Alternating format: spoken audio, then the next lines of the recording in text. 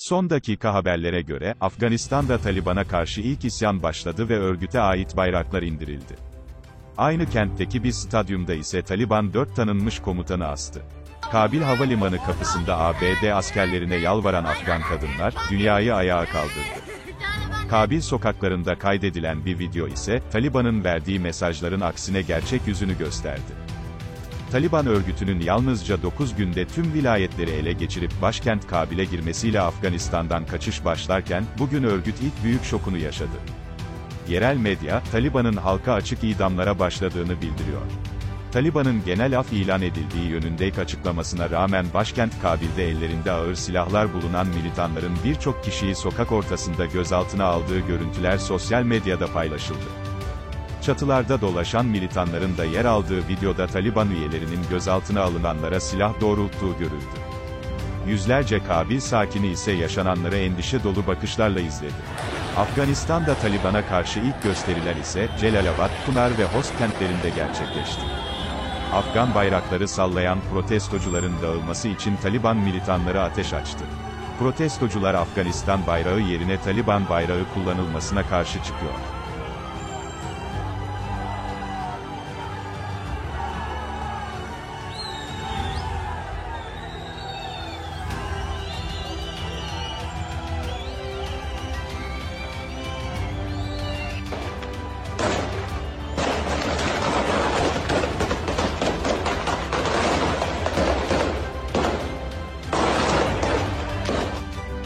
Celalabad'dan gelen kent meydanındaki Taliban bayraklarının alkışlarla indirildiği görüldü. Video, kısa sürede sosyal medyada binlerce kez paylaşıldı. Reuters haber ajansı, görgü tanıklarına dayandırdığı haberinde Celalabad'da en az 3 protestocunun öldüğünü bildiriyor.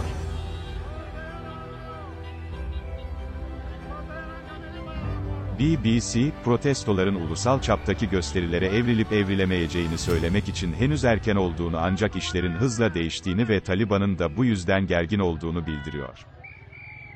Yerel medya, Taliban'ın tanınmış 4 komutanı Kandahar'daki bir stadyumda asarak idam ettiğini duyurdu. Komutanlardan biri, General Rezak ismiyle tanınan Haşim Rekval'e yakın bir isim.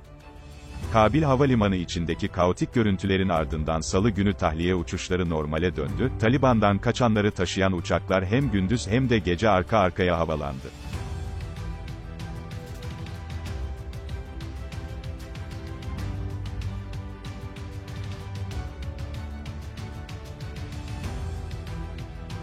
Bir Beyaz Saray yetkilisine göre, Salı günü 13 askeri uçakla Afganistan'dan yaklaşık 1100 Amerikalı tahliye edildi. Yetkili, şu ana kadar 3200'den fazla ABD vatandaşının ülke dışına çıkarıldığını söyledi. Ancak Amerikan medyası, Washington yönetiminin Afganistan'da mahsur kalan ABD'lileri güvenliklerini garanti etmeden Kabil Havalimanı'na çağırdığını bildiriyor. Yayınlanan e-postada, ABD hükümeti tarafından sağlanan belirsiz sayıda uçuş yakında başlayacak deniliyor. Tahliyeler için binlerce askeri Kabil'e gönderen ABD tüm insanlığı utandıran görüntülerin ortaya çıkmasını engelleyemedi, halihazırda 11.000 Amerikan vatandaşı Afganistan'dan çıkarılmayı bekliyor. Salı günü yüzlerce Afgan Kabil Havalimanı'nın duvarlarına tırmanıp içeri girmeyi denerken, Amerikan Associated Press apartmanı, Taliban'ın havalimanına ulaşmak isteyenlere güvenli geçiş sağlamayı kabul ettiğini aktarıyor. NATO, bugün yaptığı açıklamada kapılarda meydana gelen izdihamda 17 sivilin yaralandığını duyurdu. Yerel medya, Kabil düşerken havalimanı kapısında ABD askerlerine yalvaran Afgan kadınların görüntülerini yayınladı. Havalimanına girmek isteyen kadınlar, Taliban geliyor, diyor. Yürek burkan videoda tornikelere tutunan kadınların imdat çığlıkları ve ağlama sesleri duyulurken, dünya medyası görüntüleri, cehennemin kapısı, başlıklarıyla haberleştirdi.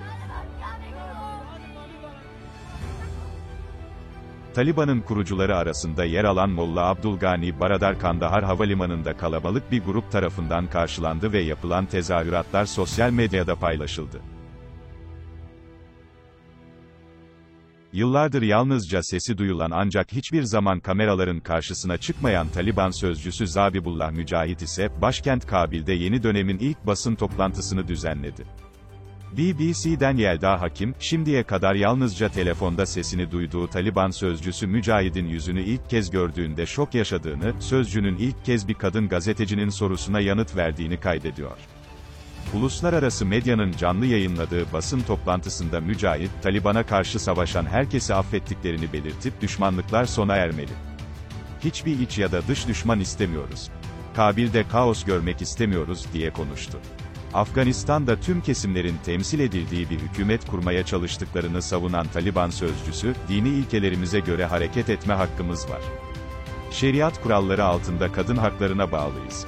Bizimle omuz omuza sıkı çalışacaklar. Uluslararası topluma, herhangi bir ayrımcılık olmayacağı konusunda güvence vermek istiyorum, dedi. Çin, Rusya ve Pakistan gibi ülkeler tarafından yeşil ışık yakılan Taliban yönetimine karşı ABD'nin nasıl bir tutum alacağı ise şimdilik belirsiz. Beyaz Saray Ulusal Güvenlik Danışmanı Sullivan, ABD'nin Taliban'ı meşru yönetim gücü olarak tanıyıp tanımadığını söylemek için erken olduğunu kaydetti.